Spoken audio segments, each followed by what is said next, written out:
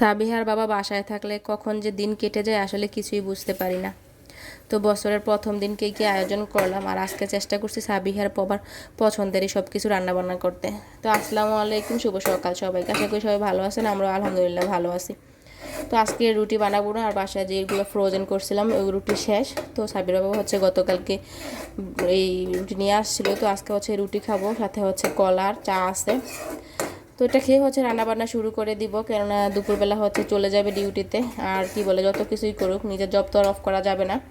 তারপরে চেষ্টা করছে হচ্ছে সারাদিন আমাদের সাথে একটু সময় দেওয়ার, যতটা পসিবল হয় দিয়েছে আর কি। আর আমরা মামে বাসায় একা থাকি, সারাদিন অপেক্ষা করি কখন একটু সাবিয়ার বাবা আসবে, আমাদেরকে একটু সময় দিবে। তো আজকে রান্না করতেছি হচ্ছে বিরিয়ানি। সাবিয়ার বাবার হচ্ছে সবচেয়ে পছন্দের খাবার বিরিয়ানি।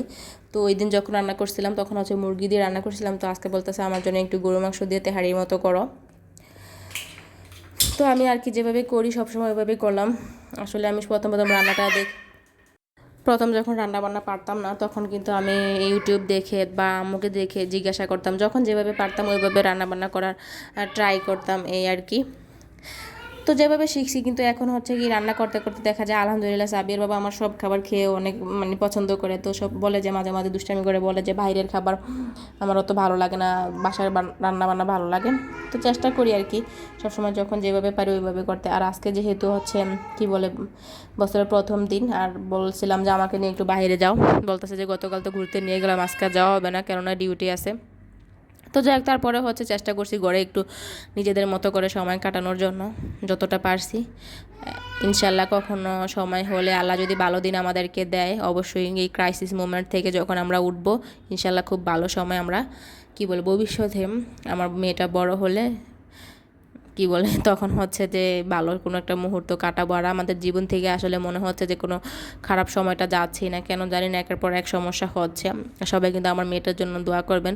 আল্লাহর কাছে সব চাইতে কি বলে বড় চাওয়া যেটা ছিল সেটা হচ্ছে আমার মেয়েটাকে যেন আল্লাহ একটু সুস্থ রাখে, ভালো রাখে, এই আর কি। তো এই তো আমাদের রান্নাবান্না করা শেষ। আর দুপুরে হচ্ছে খাওয়া দাওয়া করার পর একটু রেস্ট নিয়েছিলাম সবাই, আর কি বলে একটু সাজুগুজু করছিলাম। করার পর হচ্ছে বিকালে ছাদে গিয়ে একটু ছবি তুলছি।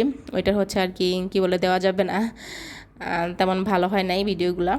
আর ওই ক্লিপটা আমি আসলে নেই না, ইচ্ছা করে দিব না, সেজন্য আর কি ওরকম ছিল না।